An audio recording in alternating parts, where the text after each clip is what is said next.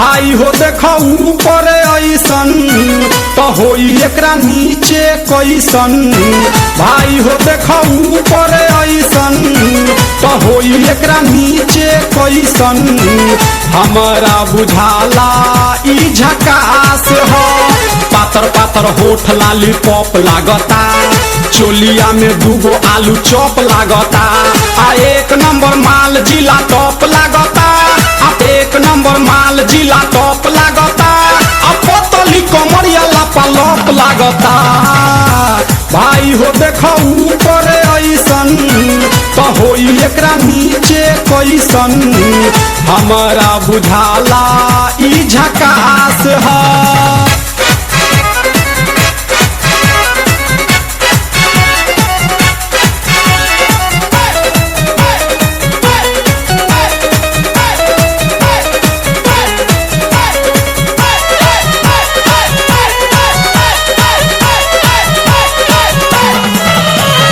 रहिया में खूब अगरा के चलेली, नौहिन के दिल धड़का के चलेली। आ छोटे छोटे कपड़ा चढ़ा के चलेली। आ छोटे छोटे कपड़ा चढ़ा के चलेली।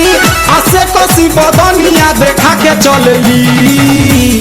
भाई हो देखो ऊपर ऐसन तो होई एकरा नीचे कैसन। हमारा बुझाला ई झकास है।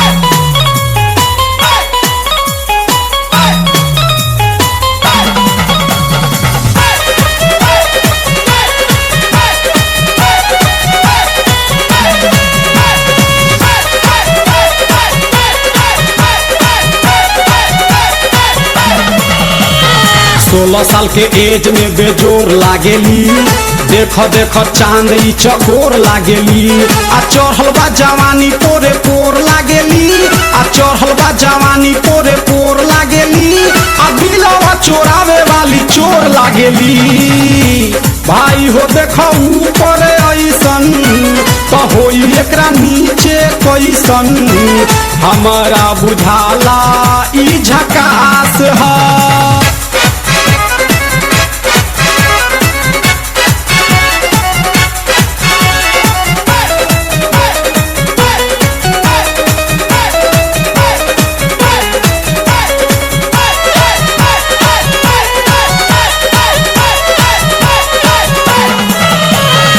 ऐसन माल पाई जे निहाल हो जाई।